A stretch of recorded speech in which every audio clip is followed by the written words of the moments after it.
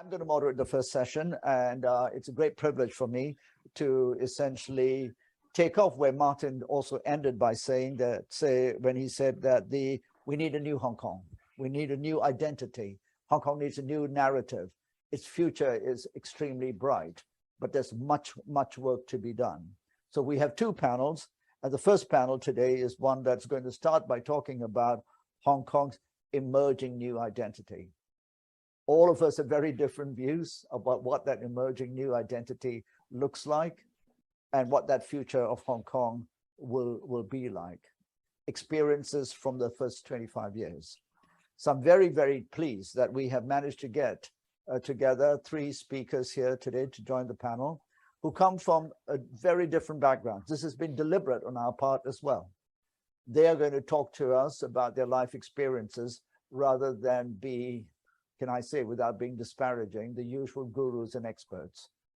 Their expertise is in the lived experience of not having to essentially bat for one side or the other, but to actually earn a living, be business people in Hong Kong, and be also people in the social sector, and crossing all of those different boundaries, which I hope for the international audience will also give you an insight that Hong Kong is not all politics, and not everyone just takes one side or the other. And there are millions of people here who have a very, very nuanced view and just get on with their lives. And today, so I'm very happy to have three. We have three who are essentially come from different generations, seen different parts of the transition that Martin so nicely talked about, and in different sectors of the economy as well. So first, I'm just not going to introduce you three gentlemen in depth, but just going to invite you on, acknowledge you, and then we'll start the panel discussion. So first we have Brian Renwick. Brian has been a resident of Hong Kong for a long time, a permanent resident, but I believe also a citizen of the UK. And he has done a whole range of things and been particularly involved in the human capital development issues, and been a council member of the Employees Federation of Hong Kong. And Brian will say a bit more about his professional background. Then I'm very pleased to have Jason Yip join us, who's currently the chief executive of a think tank, a think and do tank, I must say, and also comes from former investment banking background, and then went on to do essentially international aid assistance, worked for the Red Cross, and has actually done stints in Afghanistan, Palestine, and Myanmar. And for those of us who think that Hong Kong is made up of just financial people who can't live the city and are not interested in anything else, I hope Jason is a reminder of the deep diversity in this city and the amount of people with such international background. And next we have Nicolas Ho. Nicolas is a businessman, chairman of one of those creative architectural firms in Hong Kong. He's involved in a lot of different social issues. He's a committee member of the Business Professional Federation. He's involved in some of the APAC issues, etc. Again, a Hong Kong citizen, but a global citizen, if that's a good way of describing Nicolas as well. And he's very much involved in some of the initiatives to do, well, the Belt and Road Initiative and the New Silk Road. So we have three people here who are essentially not going to talk about politics in the way we tend to always discuss Hong Kong, but talk about Hong Kong as the place they have flourished as individuals, as professionals, as business people, as members of families, etc. And in the context of what Martin said, share their views on the new identity of Hong Kong and the experience in the first 25 years. So I'm going to start with Brian and invite each of the three speakers to speak for about 3 to 5 minutes, introduce yourself and make your main points. Then what we're going to have to do, what we'll do is we'll have about a 30-minute sort of discussion that I'll try and moderate, but not too formally. I'll invite you all to just jump in and say whatever you'd like. Then we'll open up to Q&A for about 20 minutes. I'm expecting a lot of questions, and then we'll wrap it up. So bit informal, say what you want, and let's have some stories as well about Hong Kong. So Brian, over to you. Well, thank you so much for this, and thank you so much for Martin Jacks for his talk. the fact that his views align almost entirely with mine is purely coincidental, but I was delighted to see him. First of all, let me just say one thing. I'm labeled as the Employers Federation of Hong Kong. That is indeed one of the organizations of which I'm a council member. However, the reason why we put this was because there are so many labels you could put on me. I've lived in 6 different cultures. I've worked for 6 different organizations. I write a blog, which has, I think, quoted Dr. Jacks quite a lot as well. And I'm a businessman in Hong Kong and the UK. So my time with Hong Kong began in 1981. So to all intents and purposes, I've lived and worked here for just over 40 years. And in that time, I think I must have seen 6 or 7 crises, and I can go through them all one by one, if you like. And after each crisis, or at the time of each crisis, everybody said, Hong Kong is finished. It'll never be the same again. It's a whole disaster. Bye-bye. Of course, that proved not to be the case at all. And one of the things I was particularly interested in with Dr. Jacks's comments was the fact that we need a reinvention. Now, who sponsors that reinvention, who does it, is a matter for debate. We've all got to participate, I'm sure. Fact is that the other reinventions of Hong Kong, which took place at least 6 or 7 times during my association with Hong Kong, the other reinventions took place almost organically. And I think it's therefore very important that we don't forget the spirit of Hong Kong, the way in which things happen, the fact that all sorts of strange opportunities occur which can be taken in the desire to reinvent ourselves. I'll talk more about that later. I can talk more about the crises and what happened. Like I say, I've got permanent residence in 3 places. I'm a foreigner in all of them, which appeals to me enormously. I'll stop there, and Chandran, thank you very much. Hand over to my other colleagues. Brian, thank you so much. There's a lot that I'd like to then, pick up with you, particularly the who reinvents, and particularly for those of us who are not familiar with that legendary spirit of Hong Kong, which is not rooted in political infighting, but something else about doing things. I'd like to pick up on that later as well. So now let me invite Jason. Jason, introduce yourself, a bit of your experience, so people know where you're coming from, and also, your key points. Thank you. Thank you, Chandran. 1997, I was in my junior high school. So that was the first time I think I got the chance to join the exchange tour to mainland China. As I visited the Shandong province and Beijing. I think for my generation, that was a very interesting period because all along in our education before 1997, it was about how Hong Kong facing the world with China at the back. But when the return happens, it's another direction. That how we, as the young generation in those days, to understand our motherland, our country. So it was a very interesting momentum. But overall speaking, in Hong Kong at that moment, what I got as a person is how we can play well as a gateway of China, connecting both China and the world. So that's why I chose to join the international career after. I think I was one of the most, one of those persons benefiting the most from that momentum, the rise of China. I remember when I first joined the international organization, I was one of the very few Chinese nationals in the United Nations system and in the international Red Cross system. So people find it interesting or curious about how I am from Hong Kong representing China in those organizations. The first time I was in Afghanistan, then Myanmar, and then Palestine, everyone asking me, what's the difference for Hong Kong before and after the return, and how China see the world differently this day. I have to be honest, that was a really interesting process that how Hong Kong could play the soft image for China internationally. I think I was one of the major beneficiaries of that journey. But then when I grew up, went off with my career, I came back 3 years ago, 2019, coming back to Hong Kong as a very historical moment. My organization right now working on a lot of youth policy issue. We gather data, we do survey, we interview youth and try to pass the message or form policy advice to the government.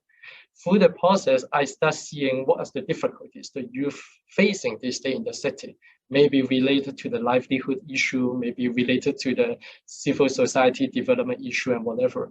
But I definitely understand why they have some hesitation and they don't share the same positive momentum when I was young. So I think this is one of the ways, like what Chanton or Dr. Jacks was talking about, how we can reform or we innovate or revamp Hong Kong in the ways that we can move on for the next decades or whatever. Thank you, Chanton. Thank you very much, James. I would like to explore what it was like when you went to China as a young person and what was the sentiment you felt coming from Hong Kong, which at that time was considered the rich place, and also your experience of being asked by people, say, what is it like living in Hong Kong? And how is it different? So there's a lot there to explore, and that's particularly what this session is about. It's really about, you know, the more subtle sort of things that all three of you can share. Now over to Nicolas. Nicolas, your sharing, please. Thank you, Chandran. Thanks the organizer for having me here today.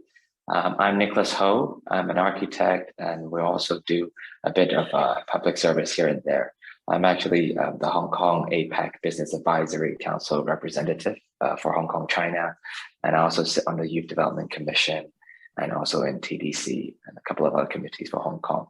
I think my sort of key takeaway in the years of service to Hong Kong is when we're outside of Hong Kong, especially in the international community, that narrative is constantly changing.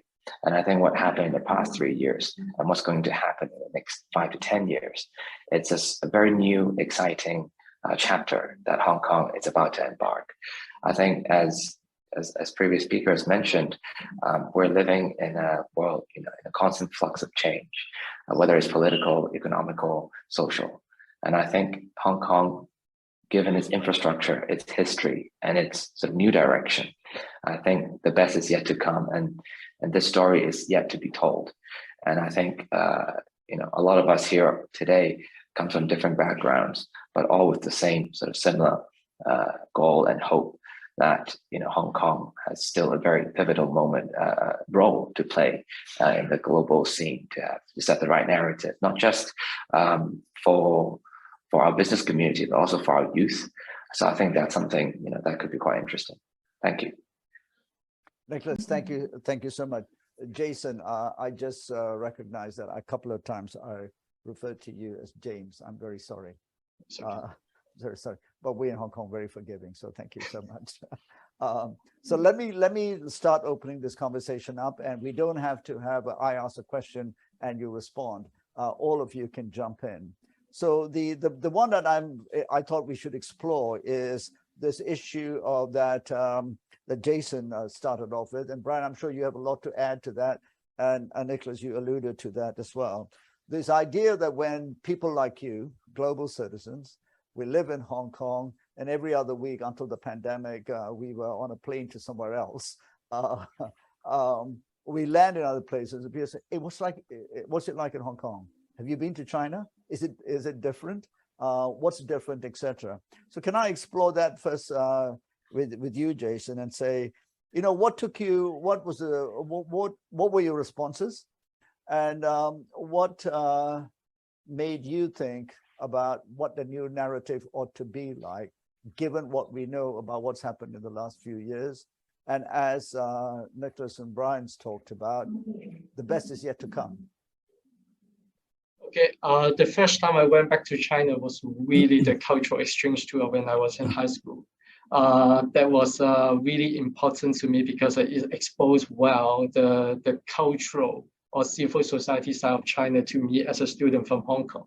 Because honestly speaking, before 1997, in my education, China was like a black hole to me. Not much people talking about that.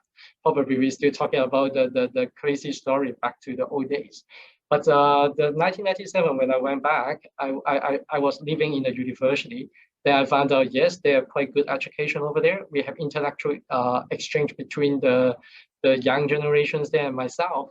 I still in touch with 3 of the students, like back in those days I met in Jinan. And then today we are still good friends exchanging, and they came to Hong Kong a couple of times. But I have to admit that visit to China was not sufficiently explaining what happened after, because the subsequent 10 years in China was changing upside down, not only within the country, it's actually changing how the world look at China instead of economically so booming. I would say without that experience as a background, it is very difficult for me to embrace what it is happening in China this day. Yes, there's still a lot of problems, but you have seen how much the country have improved and progressed from the first time I visited the country. I think I will stop here and let other speakers to add on. Nicolas, can I invite you to sort of share your experience and what Jason's just spoken about, and also in the context of what you talked about, the constant changing narrative, which many, who don't live in the dynamic sort of Hong Kong, Greater Bay, China area, sometimes might find difficult to understand. Yeah, sure. Thank you. I think Hong Kong definitely have changed a lot in the past 10 to 20 years. But we have to bear in mind when people say that Hong Kong is changing, the world is also changing. So it is a multi-dimensional situation that we're experiencing. I remember, 3 years ago when COVID hit humanity, different countries have very harsh close down policies and restrictions, travel restrictions, and we don't know how to deal with it. And obviously in mainland and in Hong Kong, we have our own different strategies as well. And as the virus changed in the past few years, policies, economies, and healthcare, everything also progressed, changed. And I represent Hong Kong to chair the reopening borders for safe and seamless travel at APEC. And my experience there tells me that every country is different. They have their own consideration, they have their own political cycle and economy to consider. But we're all respectful of each other's policy because we have to take care of our own people. But at the same time, we try to foster closer ties and rebuild and reconnect these kind of channels and connectivity between our people and culture. So I think Hong Kong has always been a place where people come together. I think on top of what Jason has mentioned, I think the core value of Hong Kong has always been that internationalism. And sure, that internationalism partly is powered by one country, two system, by our judicial review, by judiciary system, financial markets, so on and so forth. But people don't come to a place to settle, like I'm sure Brian has more to share. It's because of these hard sell figures and incentives or benefits. People come here because it's a good all-round environment, lifestyle, feeling that you just gradually falls in love with the city. And that sort of Hong Kong spirit or Hong Kong flavor that people fall in love with and just settles here, it is changing constantly as well because the world is changing. But that spirit is not gone. It's in different shape. It comes in different forms. We've seen it, 10 years ago. We've seen it 3 years ago. We've seen it today as it is as well. So I think we just need to, reconnect and sort of recalibrate ourselves and find our path again. And I think, the world would be surprised at what we can do. Very, very good, Nicolas. I've just got, can I invite people who are listening in to please, bombard us with questions. Got a few questions already. And someone's already mentioned, we miss Hong Kong. When can we come back? Of course, the pandemic is something else. And my view is if we didn't have the pandemic, since the 2019, Hong Kong would have almost reclaimed, but acknowledging all the hard work that we've done that Martin's referred to, etc. But your point is very good. Hong Kong is just different, the sense of excitement. Someone like me who's not born in Hong Kong, but lived here a long time, there are many things about Hong Kong that I work hard to try and improve. But there's something about the energy in Hong Kong that I don't find when I land in London, Melbourne, or Houston. It's just different. So to your point, every place is different. Brian, there's been a lot been said by Jason and Nicolas. but you've seen a lot more too. So let me invite you in, and you're thinking about a lot more things, I assume, too, given your experience. So let me open the floor and ask you to share your thoughts on what's been said so far. Thank you. I was pointing to my white hair rather than my brain, but still, that's okay. Same thing. So, Jason, no intention of trying to cap your story, but I first went to Shanghai in 1987, and I was then just started with Hong Kong Bank, and Hong Kong Bank's Shanghai branch had stayed open in exactly the same place for its whole 130-year history. In other words, it survived all the way through the wars, through the Mao era, and so on. And it looked like it, quite frankly. I mean, it really was the sort of a very, very basic place. But there were 100 people there. They were all very cheerful and very, very, very happy. In the end, I was sort of walking around the streets and I heard French being spoken. French is my second language. And I was delighted to find an old gentleman there who had not only learned French, but it was his native language because he'd grown up in the French quarter of Shanghai. So there was I conversing with this Shanghai citizen in French, and it was the most extraordinary experience. But Chandran, you were asking us the reactions of people to that. And of course, in other parts of the world where I've lived, depending upon whether it's in Asia or in Europe, the views are very different. I'm, again, particularly struck by the experience of Dr. Jacks, because this is what I find now, is what I've always found. There is a simply huge gulf of understanding about what it means to be Chinese, and even more important, what it means to be Hong Kong Chinese, because there is such a huge difference. But for everybody else, everybody sort of gets lumped together.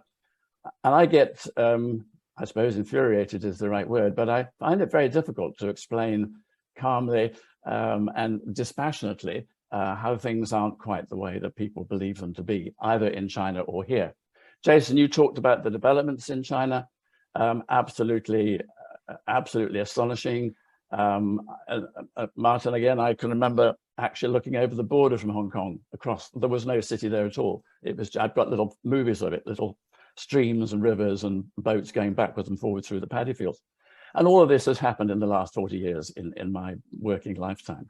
So coming back to the point about change, yes, we are going to see these changes taking place. And by the way, it's very common. We have to do it, I suppose, to sort of classify things into time periods. There was this date and that changed, and this date and that changed. It doesn't happen like that. It happens that this was a date when an event took place, or we mark it down. But in fact, it happens gradually. Every city changes all the time, and Hong Kong changes faster than most. So yes, I think we've got the example of the mainland to show what can be done. We've got the example of Hong Kong people who have shown many, many times before what can be done. And I'm extremely positive and optimistic for the future, not just blindly, but because I can see exactly where it will go and how it could shape up.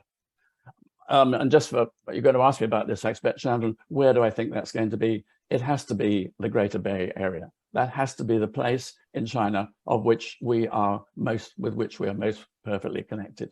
And that's where I would, that's where I would place our future.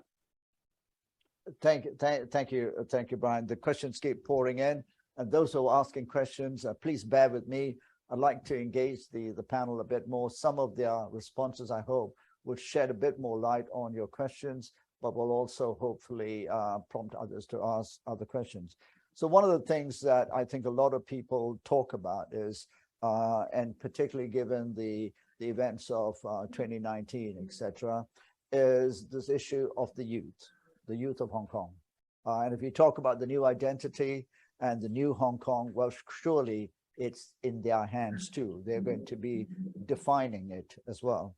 So I thought, you know, Jason, if I could just first invite you, because you said you talk to the youth, you help to essentially build out some youth policy issues for the government. You talk about livelihoods and how civil society operates in Hong Kong. I wonder if you could share with the audience, what do these youth think? And even in terms of civil society, where many people think at the moment, because of the new laws, that civil society in Hong Kong is all shut down and we can't do anything. Perhaps that would be a useful thing. And I'd then like to invite both Nicholas and Brian to talk about those things, both about the youth, but also the climate of engagement, which appears to be one that is projected all around the world, that now we're in Hong Kong, we have to watch what we say. And I hope this conference also provides further evidence that you can say what you think in Hong Kong. But let me open that up to you, Jason. Thank you, Chandra. Actually, in order to prepare for the conversations or discussions today, I have been talking to around 20 youth or young professionals over the last 2-3 weeks. They are aged between the 15 to 35, like young actor working after some years in Hong Kong. What is common among them is they agree International Financial Center of China. This is the role of Hong Kong that we have to play very well. And there's no disagreement among them. But if you ask them, this is the positions that Hong Kong is supposed to take. But what they want as a youth, they want Hong Kong as a role to them. Most of them come with 2 suggestions. Actually, it's 3, I put it that way. The first one is, no doubt, back in 2019, the pendulum of our society went to one extreme that was a bit out of control. But now, with the new reform and whatever, so our civil society kind of stopped also. So the youth, the young generations, they are asking, yes, we want to continue to develop here, but is there more possibility for them to participate in district affairs or local affairs? That actually somehow the education background of Hong Kong is not that low. So most of the youth have been empowered by our own system to a certain extent. They do want to have a say in terms of certain livelihood or we say employability discussions also. So this is one side of it. The other questions, very common among them is like, yes, we are the financial center, but the young generation cannot really share or benefit from the result of the financial center. If we refer to the government figures, the financial sector in proportion of our GDP have gone up to 23% as of 2020 already. But how many people of our population working in the financial sector? Actually, there's only 7%. So basically, we have a huge part of our population not really related to the financial sector. And mainly the youth, they cannot get into the game because I'm sorry, but I'm not trying to point the fingers on the international community. We do love the international community in the city. But to the youth, they always say, yeah, in the past, the financial sector, mainly with the international expatriates, they are good, they are whatever. And today, they are the mainland Chinese expatriate working in this sector. The local Hong Kong, they cannot really benefit from that. I would say if you want them to feel that they are part of the international financial center, we have to really think about how they can be part of it. And the last questions that I come across that is very interesting. Among the interviewees I came across, there are 4 of them, Chinese, but their parents are actually born overseas, but they came back to Hong Kong because of the good environment here, and they found their living here, but they are holding foreign passport. They posed a question. They felt a bit uncomfortable or whatever with the new momentum. It's like, yes, they are all Chinese. They're not against China. They love China. They want to find their roots also. But at the same time, the discussions, the pendulum shift from one side to the other side make them very difficult to find themselves in the situation of Hong Kong right now. How can they position themselves? They are Chinese, but they are not holding the passport. But it seems the discussions in the city, the politicized situation forced them, even they only want to focus on business, they want to make their own living, but they still need to show certain kinds of momentum in line with everything. I think this is one of the things that I think is very interesting to observe right now. Yeah, Chandra. Oh, Jason, fantastic. These types of insights, we rarely hear. I mean, at the Global Institute, we have been doing several annual programs with youth, etc. And one of the one of the issues that are commonly talked about is this issue of opportunities, the diversified opportunities. And Martin very rightly pointed out to the need for diversification. But before I invite Martin to make a quick comment in response to your point about people still thinking about Hong Kong as a financial gateway and capital, let me ask Brian and Nicolas to just comment very quickly on what you heard from Jason about, you know, this whole sort of complexity of what the youth think, what they want, and then this sort of view that, well, Hong Kong's always going to be a financial hub for China, and then people wanting to, at the same time, they're wanting to participate in district level conversations, etc., to which there is actually little barrier apart from the usual barriers we have in any part of the world for young people wanting to engage.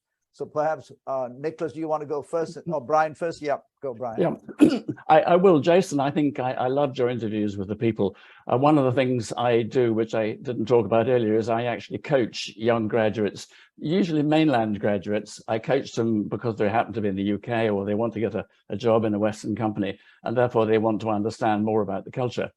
And so I talk to people from Taiwan, from Hong Kong, a lot from the mainland and from other parts of the world. And of course, I get involved in conversation with young people also.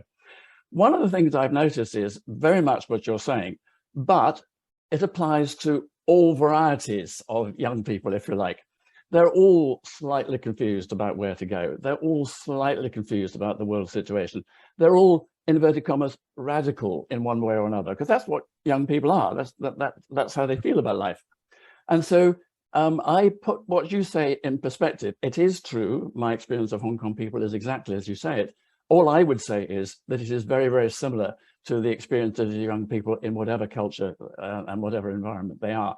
They're confused, they're worried, they're not quite sure what to do, they're not quite sure how to behave, they're not quite sure where the small p politics lie, and that kind of thing. So yes, I totally agree with you. I would just broaden it out a little bit and say most young people have very similar concerns. Around the world, yeah. Nicolas, over to you.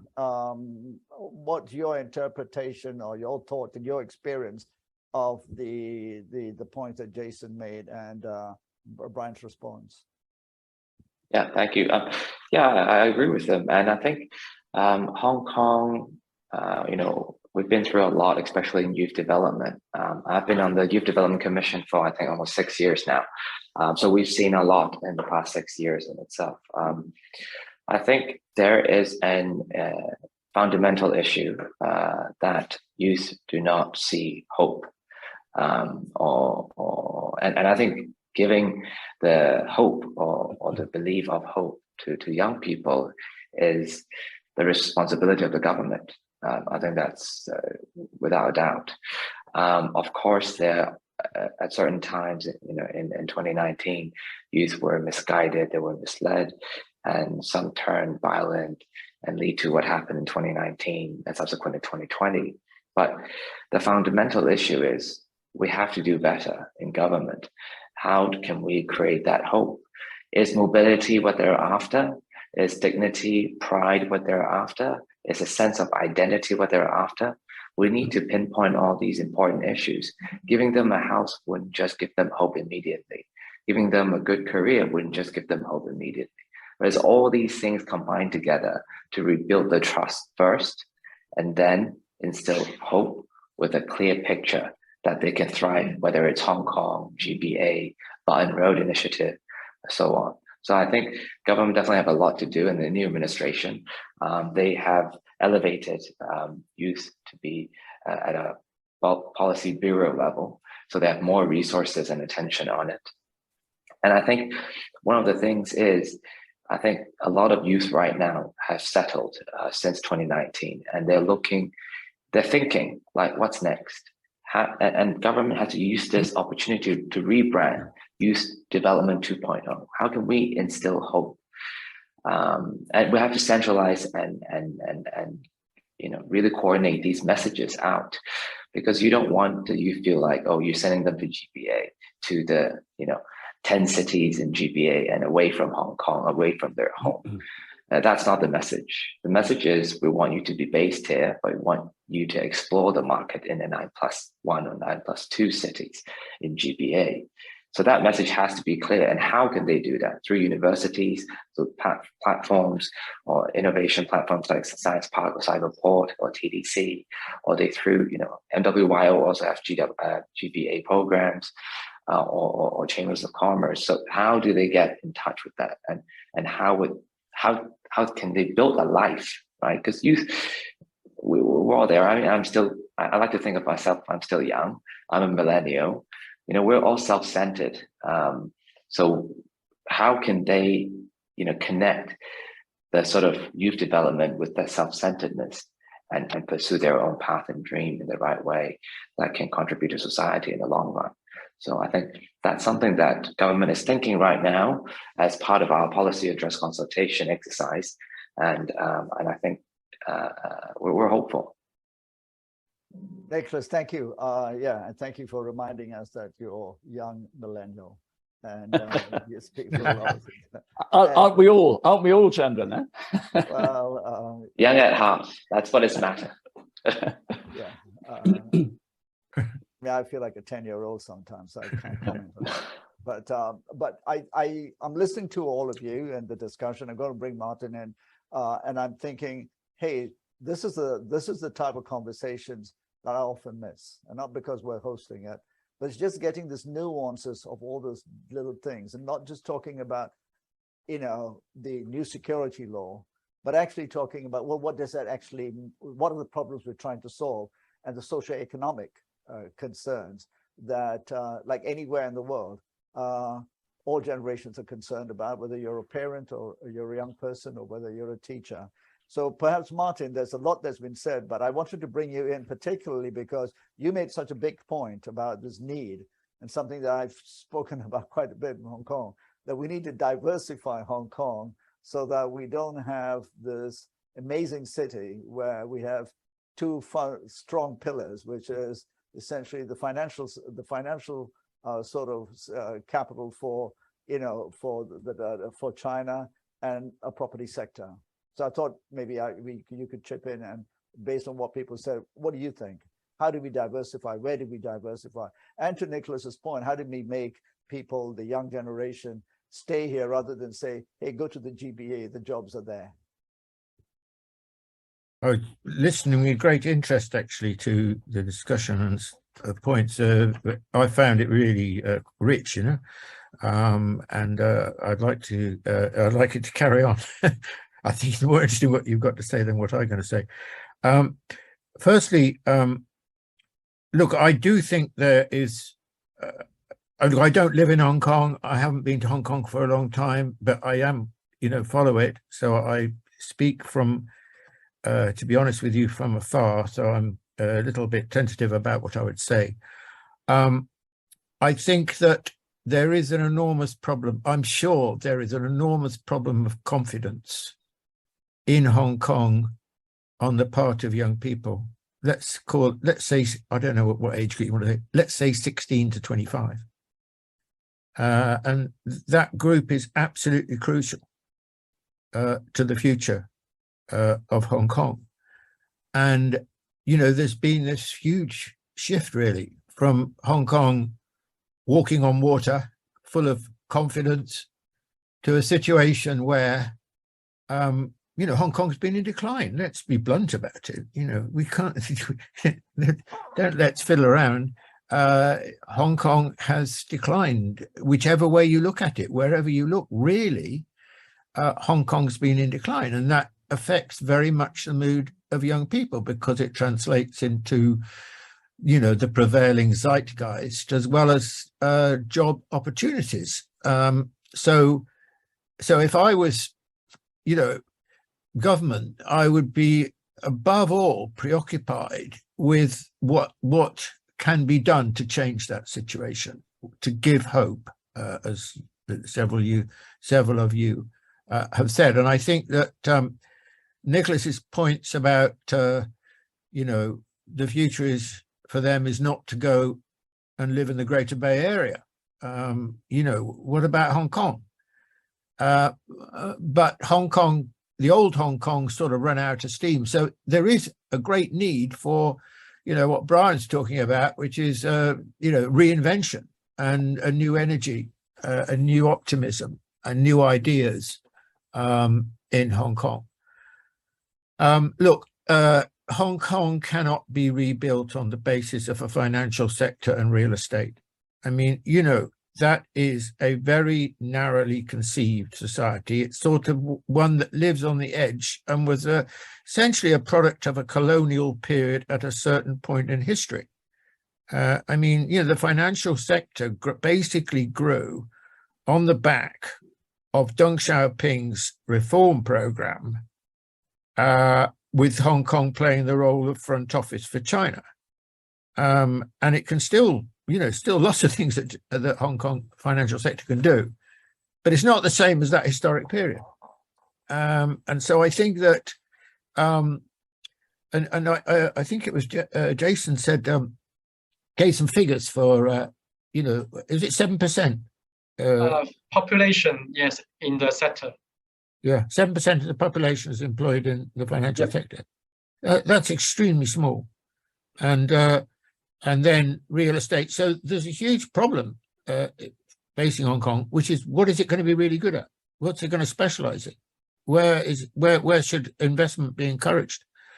And I think that, you know, part of the problem here is also education.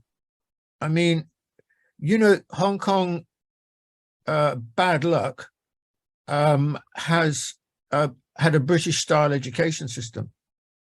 I said bad luck because, you know, obviously there was a huge lack of education in general about China and all that side, which is so important to any culture and history country, but also a sort of leaning towards, you know, the arts and, you know, that the science and technology, which has driven China and driven, I know, in Europe, Germany and so on, is really absent in the British tradition, you know, and Hong Kong's been a casualty of this.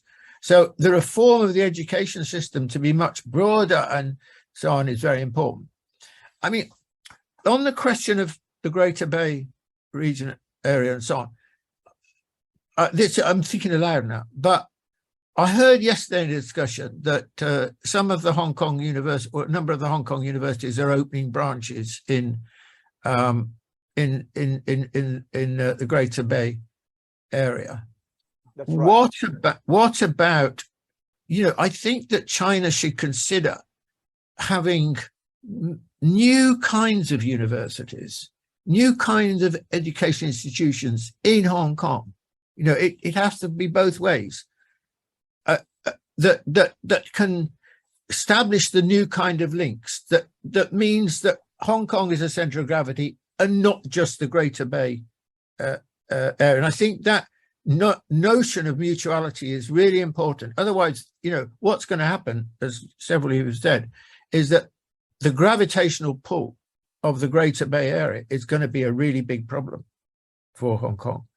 So, and I think that needs to be addressed. Sorry, I'm wittering on. I'm sure Brian's got thank you, Martin. Some very good points there. Yeah. Brian, over to you, and then I'd like you to open up to Nicolas and Jason to talk about this whole issue of, you know, the campuses and the education system for young people, and what you know, this overemphasis on producing lawyers and accountants. Yeah.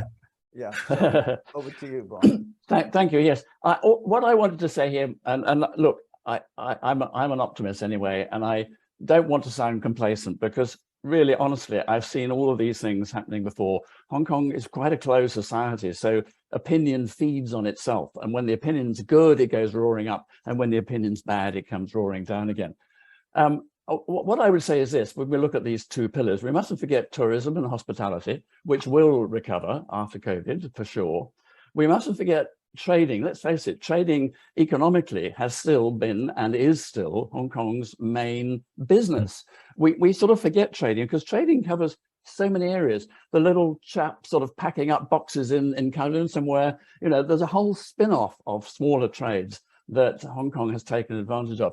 I think the figures are something like 90% of the businesses in Hong Kong are SMEs, and they still are. It's not going to change. And they're spinning off these big financial things and so on, which is why you only get 7% employed in the financial sector. So my point is this: there is an awful lot going on behind the scenes. People look at financial services, look at all the other things, but hey, there's a mass of stuff going on. And I think coming back to GBA, I think exactly this is where GBA comes in. I'm told, I'm not sure how correct it is, that in Shenzhen now, you can actually choose which legal system you will use for your case. You can choose the common law system of Hong Kong, or you can choose the Chinese law system.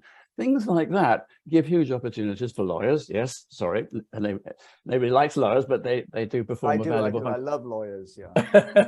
Well, I'm glad to hear that. I've got some very good friends as lawyers too. My point is this: there's a whole bunch of stuff going on behind the scenes in Hong Kong, where the big pillar industries don't really do anything except feed the others. And therefore, I'm sort of more optimistic about what I would call this organic development rather than necessarily structured development. Okay, so before I open, I pose some of the questions that we're getting.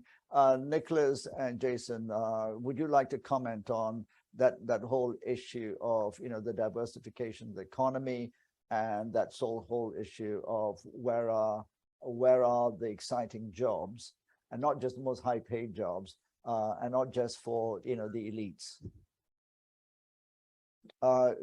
Nicholas, you want to go first? Oh yeah, definitely. Thank you. I think it's no secret that there is a problem with resources planning at the university level, producing graduates with degrees that might not be value add to their career in the future. There is a very obvious mismatch of resources planning, or not enough of an intervention or strategic planning from the government side. I think that is not just a Hong Kong problem, that is also a global problem at the same time. I'm a council member of a university in Hong Kong, and I can tell you some of the degree graduates, after studying for 3 years, they have no increase in salary than if they're just a high school graduate.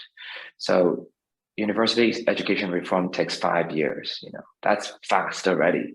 But in reality, 5 years, it's 2 generations of technological advancement.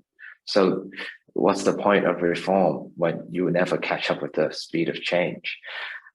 There's a report by, I think, RMIT University in Australia saying that 40% of all the university graduates in the world right now, in the next 5 years, when they graduate in 5 years' time, what they studied, there won't be jobs there for what they study anymore, because the world have changed so many times over. So I think education needs to have a practical element, a technology element to it. And I think Hong Kong, having said all that, we're still much more advanced than most places in the world. And because Hong Kong is such a small place, we have 5 QS 100 universities in the world, only 7 million population city. If you look at Korea, wow, you have Samsung, you have these tech giants, you have this incredible technology from Korea, cultural industry, incredible, but they don't have one single QS 100 university there. So as it turns out, pre-COVID, there's like 15,000 Koreans in Hong Kong at any time, and 2,500 of them are students because they want to come here and they study. So I think education in GBA, whether it's through joint partnerships, and Hong Kong role as a education center is strong. The infrastructure is strong because you have US, European top universities having joint research center in Hong Kong, MIT Labs, Harvard. They all have a base here in Hong Kong. So it's a good place, given what we've discussed, all around environment, climate. It's a very good base to attract talents. It's a good place to sort of incubate them. And at the same time, we must do a better job at hosting these talents, because Hong Kong's role in GBA will have to be talent related, will have to be industry related. And diversification, as Martin's mentioned, 100% agree, because we have been too focused on the high-paying job in finance with only very little, employment population. A majority of the population actually does, things related to tourism related, whether it's trade shows, retail, F&B, hospitality, so on and so forth. So those are not skilled labor. The unskilled labor job, it's large proportion in Hong Kong. So I think the government is trying very hard to push two industries. One is innovation, whether it is biotech or general innovation, robotics, AI, construction materials, ESG, green technology, so on and so forth, together with the investment in a future growth fund in Hong Kong and the Chapter 18A biotech chapter in Hong Kong Exchange. And the second is with what we have right now at West Kowloon Cultural District, with what we have right now, with all the hardware being built, with the new bureau, Cultural, Sports and Tourism Bureau, being focused on this. I think the government is pouring a lot of resources and strategic planning into the cultural industry. How can we create or recreate that cultural soft power that we had 30, 40 years ago? I was in Korea 3 weeks ago, and I visited CJ headquarters. CJ is the company that produced Parasite movie, the Oscar-winning movie, along with other music festivals, labels, so on and so forth. I think apart from Hollywood and US, the countries that has the best cultural industry development from end to end, top to bottom, even youth training, it's definitely Korea. And when I went there, and when I get there, the first thing they told me is, "Oh, I'm such a big fan of 英雄本色, 超人法, and they can memorize the lines. Movie in Hong Kong, produced in Hong Kong 30, 40 years ago, and they're big fans. They say, "Oh, that movie from Hong Kong is what inspired me to go into the cultural industry in Korea." But what happened to us in the past 30 years? So I think with the new bureau, I think cultural industry, as Martin mentioned, as other speakers has mentioned, is definitely another strong engine. And GBA with 80 million people is the market. How can we benefit? How can we create something that's truly our own, like what Korean has done, Squid Game, conquer the world. And we must get back on that track, because that is something that I think a lot of Hong Kongers are very proud of. Well, Nicholas, that's a lot of good stuff there. I just wanted to share as well that in a big piece of work that we did last year, we did also suggest in terms of building up what Martin's point about the science and technology sort of emphasis, that perhaps a Huawei and Tencent would build a campus here, and and it would be a global center in Hong Kong, but also provide a lot of opportunities for Hong Kong people. Quick one, Jason, and then to respond to what's been said, and then I'll pose a few questions from the audience to you all. Sure, I want to respond to the idea from Martin to have the Chinese universities in Hong Kong. Actually, no matter what, going back to the mainland to study is already options for a lot of youth in Hong Kong that they have been choosing. We have increasing number of youth deciding to go to China to further their studies. But we have been, because today we have been talking about GBA for a couple of times, we have been interviewing youth in Hong Kong about their perceptions about working in GBA. They know there's a cultural difference. They know there's a political system difference and whatever. But actually what stopped them at the end is actually the salary difference. There's only one sector of job category in GBA that they can compete with Hong Kong, which is the IT giant firms that they offer a more competitive package to the candidate from Hong Kong.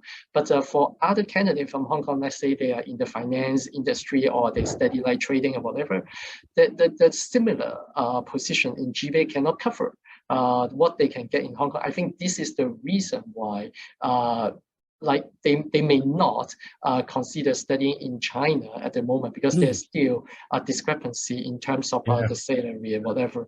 So and other things that I want to add on is youth or people in Hong Kong still, okay, we know we need to orient more to China, but at the same time they still maybe a bit greedy, but it's normal to be that greedy. It's like they still want to be internationally connected. So one of the issues is like, if they get the recognitions from a Chinese institute, whether internationally will give them trouble, especially today at the beginning of the discussions, we say that the world have been changing. How the world in the future will actually recognize a candidate with a diploma from China. This is one of the concerns they have, and actually it's a realistic concern, because I came across a group of mainland students last 2 months. They were interested in pursuing a career in international organizations like United Nations or World Bank and whatever. They all saying that in their application, somehow their non-English based education have given them some difficulty in terms of the screening or assessment process. So I think the Hong Kong student also share this kinds of story. Yes, they would like to know more about China. They don't mind going back to study there. But what about the way out after? Because they have to think about it at the end. Yeah, I agree with you there, by the way, Jason. This is part of what I do when I coach these young Chinese people and you can do it actually quite quickly. It doesn't take that long. It's just a question of opening a few eyes, but they start off, as you say, with a completely blank face. And it does need a little bit of time spending with them. But this is such an interesting point that you've made, which I think many in the audience would probably have heard for the first time, with rising geopolitical tensions. What's going to happen if there are going to be perceptions or even active policies that bar people with a Chinese education. And we know that some of the universities in China are some of the best in the world in terms of the level of focus and detail that you have to go through, and the rigor won't be recognized. I mean, these are profound questions that will have to be answered. So I'm going to now ask, throw it to you, all of you, and jump in with a couple of questions. So one question that I think we can perhaps get 2 or 3 of you to just pop up and say what you think. Someone said, so how do you define what is the Lion Rock spirit? Or let's leave out the Lion Rock, but what is the Hong Kong spirit? Because I think, Brian, you talked about it. We all talked about it in different ways. Perhaps just quick 1 or 2 lines. What do you think how do you define this? For me, it's a question of, in 2 very simple words, hard work. It's the older lady collecting cardboard boxes and tin cans. It's that kind of thing that makes Hong Kong tick. And not complaining. And not complaining about it, exactly. And it goes all the way up through the system. People get on with it. They want to get on with stuff and they do it. That's the Hong Kong spirit. You don't honestly see it quite the same way almost anywhere else, I don't think. I would agree, as a non-Hong Kong person, but a resident here for 30 years. I've never seen that spirit, and I've traveled many parts of the world. Nicolas, how would you define it? I definitely agree. I think the can-do spirit is the Hong Kong spirit. And in the past, I think, especially 30 to 50 years, it was during the boom. So there's a lot of opportunities, and the baseline of people's livelihood was quite bad.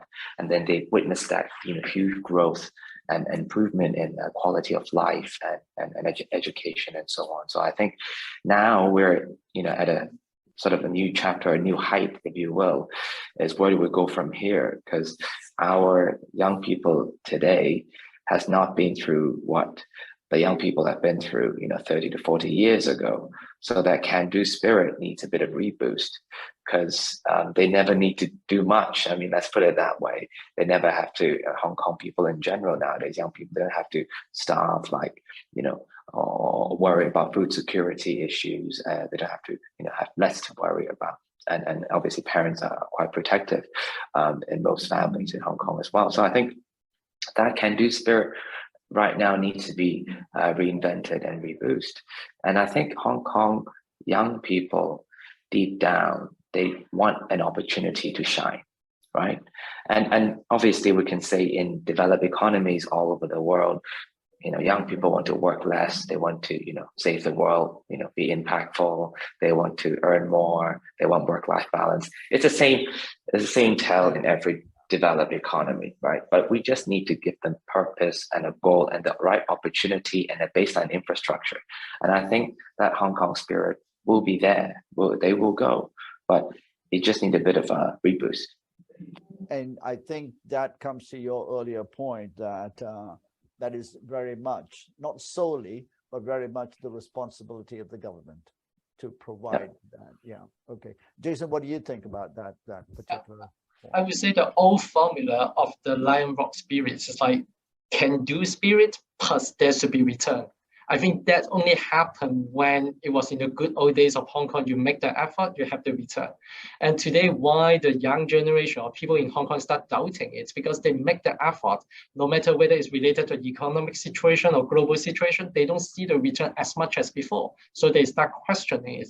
But I think we have to be realistic. The world situation is changing. Yeah. It's not like you make the effort, you always have the same level of the return. In international organizations, it's very clear.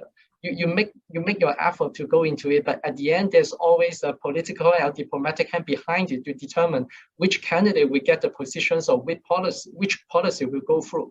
I think Hong Kong people need to understand it, or we need to redefine the Lion Rock spirits. Like, yes, we want to do it. It's for our own experience, for our own good, but return, there's always uncertainty. Chandran, I wonder if I could just chip in here. Sure. Martin, you alluded to it first. I must say, I'm a little concerned. So here's a sort of slight challenge to you all. I'm a kind of person that believes in the free market, whatever that may be. The colonial government had this phrase, positive non-interventionism, which was a way of supporting people doing what they wanted to do. Martin, you were quite right in criticizing the Chinese government for not doing enough post reunification. I think that was correct from a political point of view. But I, as a business person, I would be kind of worried if the government or whatever other body it was started to take too active a role in shaping some of these things. Education, perhaps, healthcare, some of these basic things maybe, but actually what happens in business and what you educate people for and so on, I'm not sure that it's a terribly good idea for government to get too involved in that. That's my challenge. No, sure. Understood. I think that's a debate we can have in another platform there. That's a debate they have all the time in the United States about, keep the government out of everything. I think what we're talking here about is, Brian, is, the big social ruptures that we're talking about do need the state to essentially be part of the solution too, and just not leave it to the imaginary sort of market forces. But your point is very well taken as well.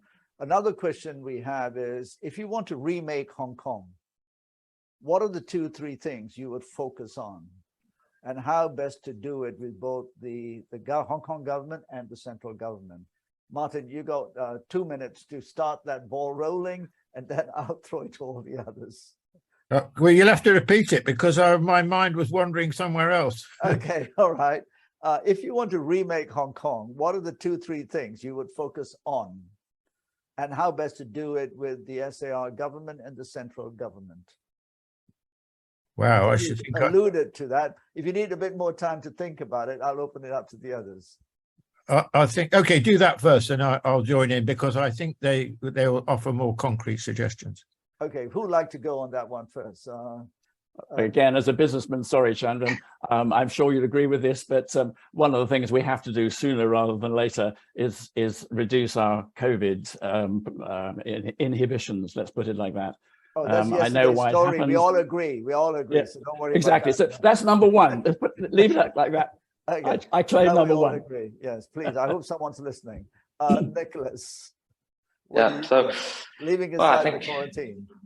I mean, hypothetically, let's say if you can do anything, I think we all understand the importance of GBA and the role of Hong Kong. But the thing is, why would you be in Hong Kong in the future?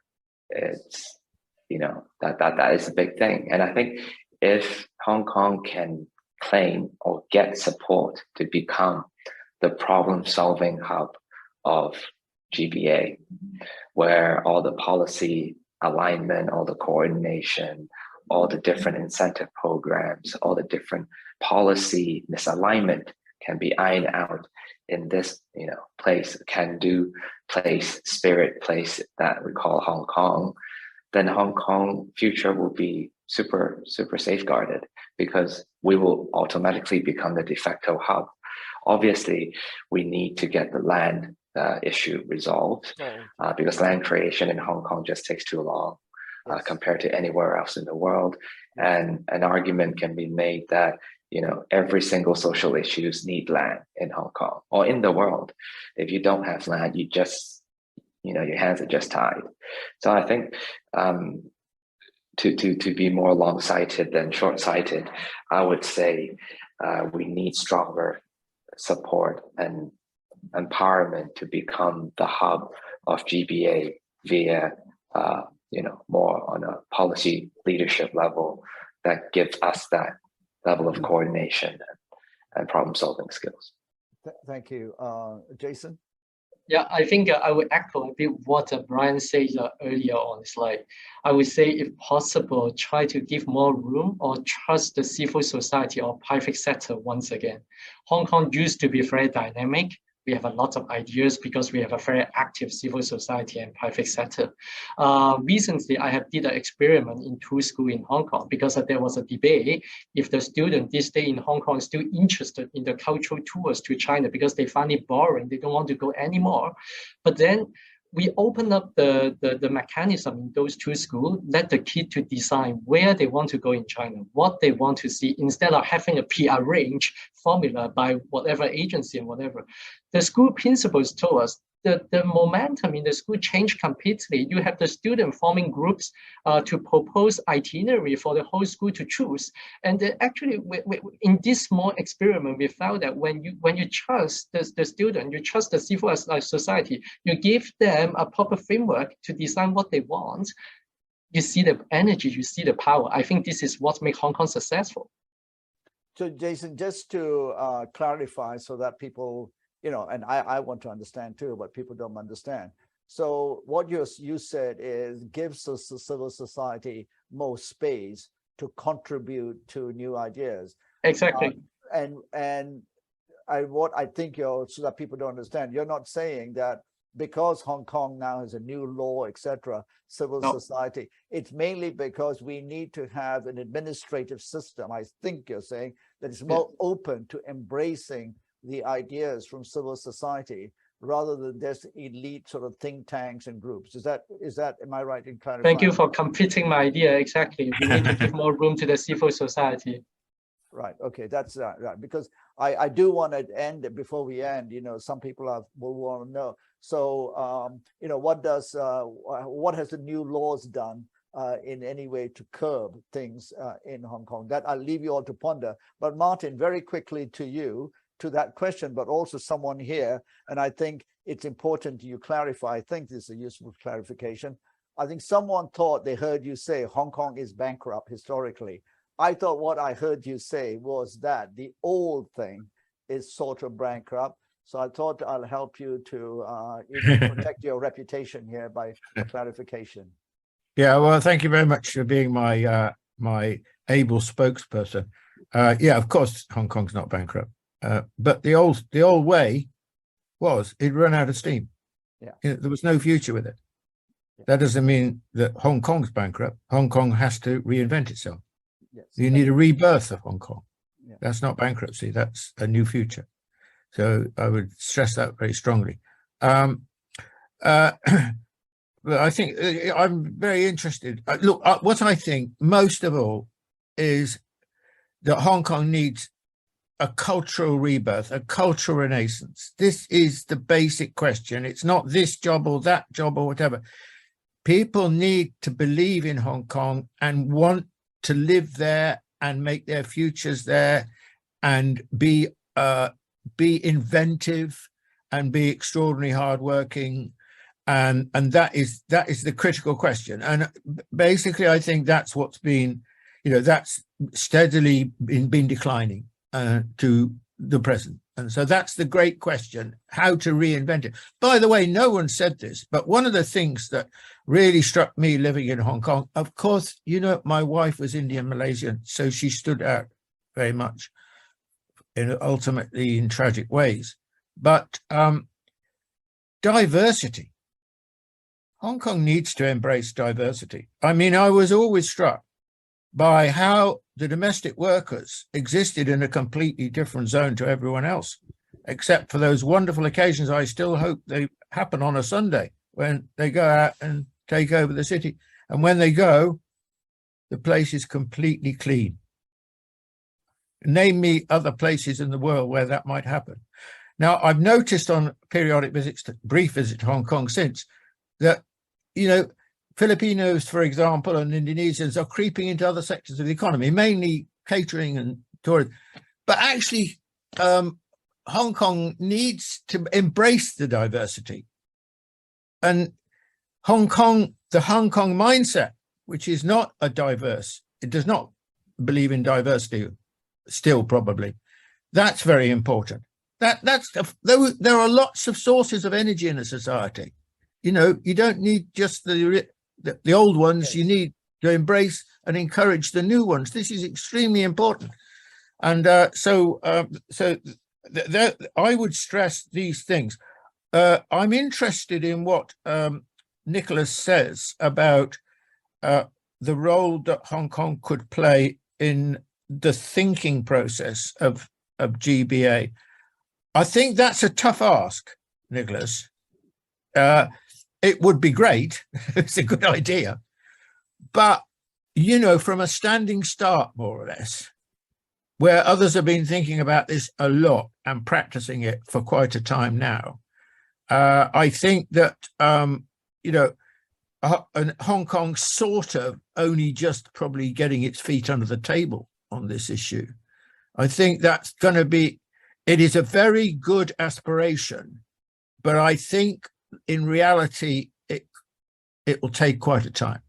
And, but what is crucial is to be thinking in those terms. It's the mindset. It's shifting from thinking of Hong Kong as some kind of oasis to thinking of Hong Kong as part of something much bigger. That is the change that's needed. And and if that and that process will change Hong Kong in a very positive way, as well as having over time an impact on GBA. So it's kind of Hong Kong developing a much more cosmopolitan attitude. Everyone thinks Hong Kong is very cosmopolitan. In some ways it is. In some ways it's definitely not. I mean, Nicolas talking about filmmaking and Korea and so on is really interesting. You know, that's a loss. So Hong Kong needs to internationalize itself in a much richer and more diverse way. Thank you, Martin. And you know, your comments remind me of times when I'm asked to comment on sort of the sort of political divides in the U.S. And I often say America will need to reinvent itself away from its exceptionalism, the idea that everything flows to the United States. Yeah. Well, that world's over. And so when I speak to young Hong Kong people, I say, look at the United States. Why is it having so much trouble? Why is it fighting with itself? Well, because its old hegemonic power, economic power, now is being eroded in the 30 years with the rise of China, India, Africa. And middle-class Americans have to think again. And white middle-class Americans therefore said, hey, but Donald Trump said we could be #1. So they went for that. But they will find out that it's a false dawn. And so in Hong Kong, these conversations, I hope, help us to recognize your critical point about a rebirth. Now we have about 10 minutes left. So what I'd like to do is, we've discussed a lot. There's a lot of questions out there. I can't answer, I can't bring all of them here, but I hope to those who've asked the questions that you don't feel your question has been ignored, but we've tried to bring it through. Questions from cultural adaptability, employability for Hong Kong people, young people in China. Do the Hong Kong people sometimes feel that they are part of a larger pawn?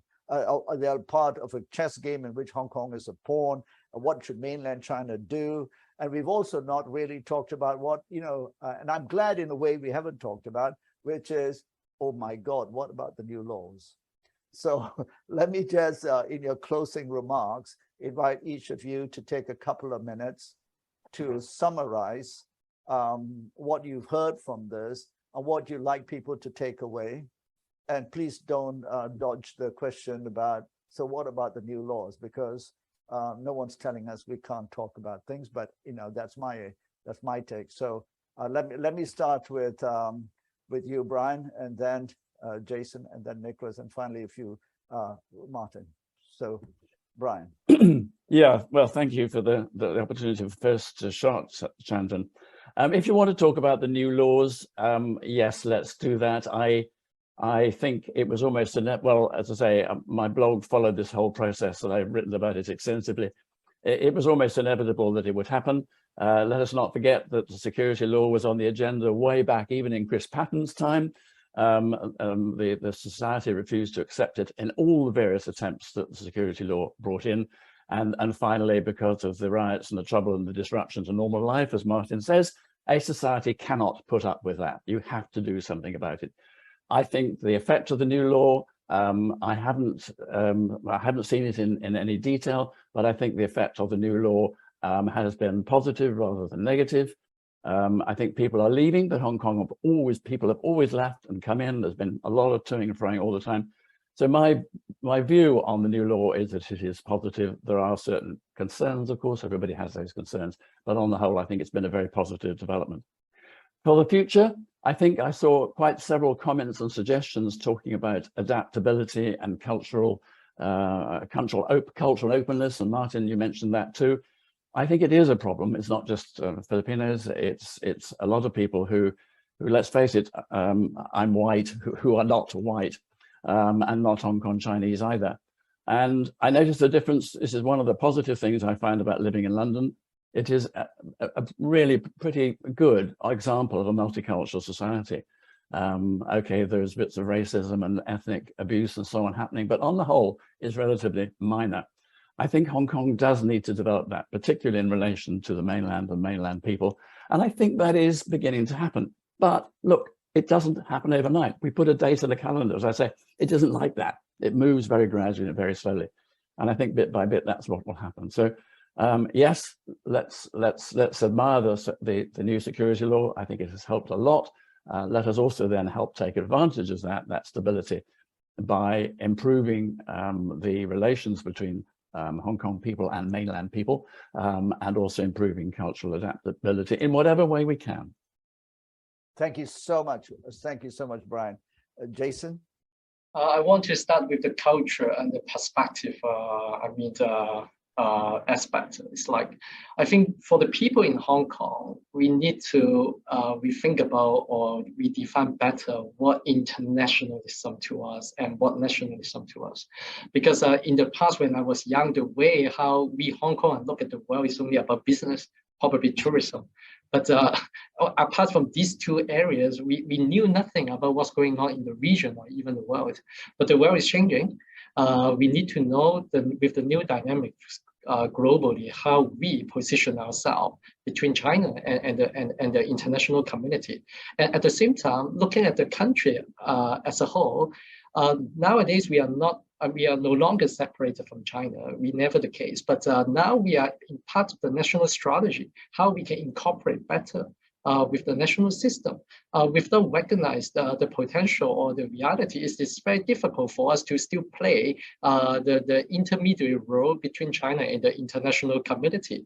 And last thing, to the administration, no matter whether it's Beijing or Hong Kong, I think we all have to recognize this city have a very different path of development from the rest of the country.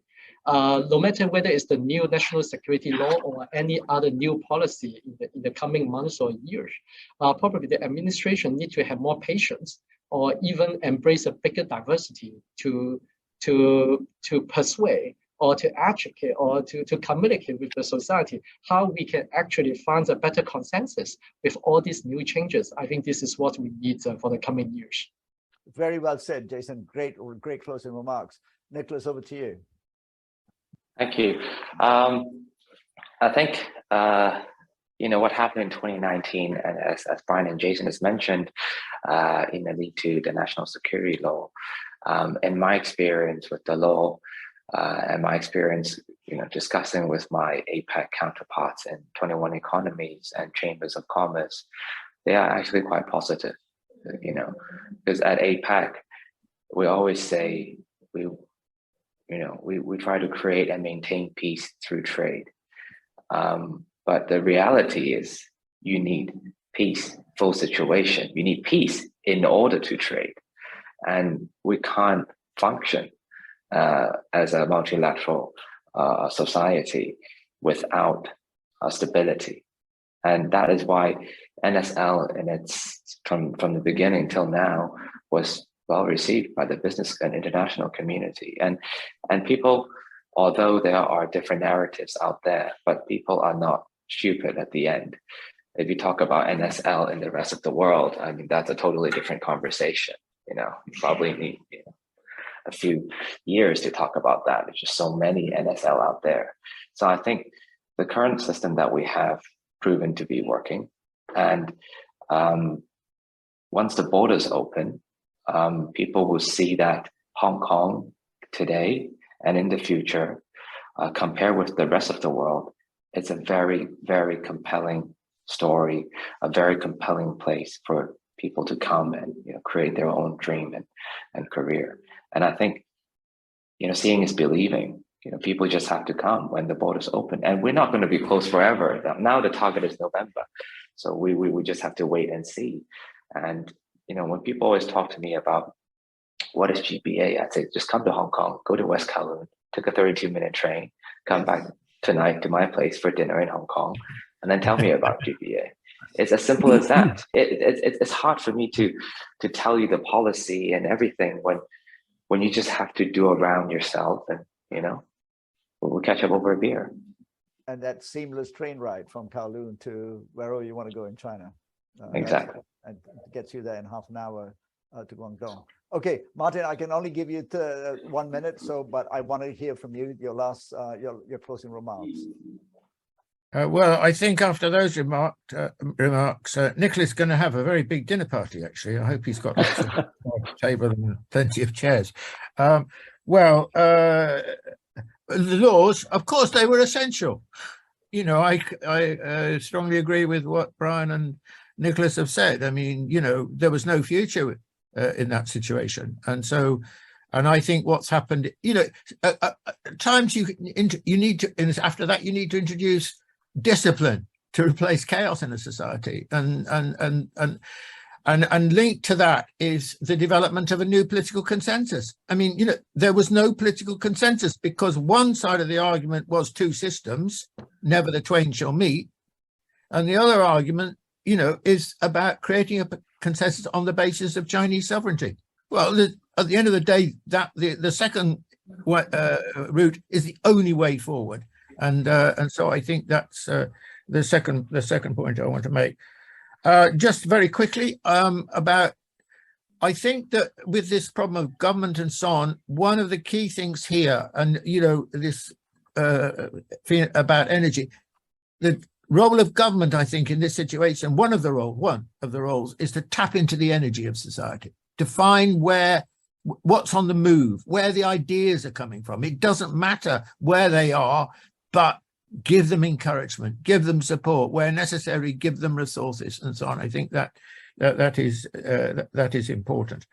On the question of, I think we need to bear in mind also, we haven't talked about it. I think you're going to talk about it in the next discussion, yes. Yeah. But we should bear in mind that the international situation, in my view, is going to get worse. Right. Yes. The divisions, America is at the moment deeply determined to prevent the rise of China. And I don't think this is a temporary phase. I think, we're talking long term. We're talking 2, 3, 4 decades. So, and Hong Kong is going to have to learn to live in that context. I think that's important. Finally, on the question of racism, I mean, look, the only way to judge racism in Hong Kong is what the experience of those who are neither white nor Chinese is. Sorry, but that is the only way to know. Thank you. Yeah. Because they are on the receiving end. And the great problem of Hong Kong, and I want to say this, the great problem of Hong Kong is that it was a colony for 156 years. And the basis of governance in a colony is race. Yeah. Only white people could take for so long any of the positions of authority in that society. So the currency of politics and governance is essentially race. It's racialized. And everyone, each sector of society then takes on board that. Whites look down on the Chinese look down on the Indians, etc., etc. That is what happens.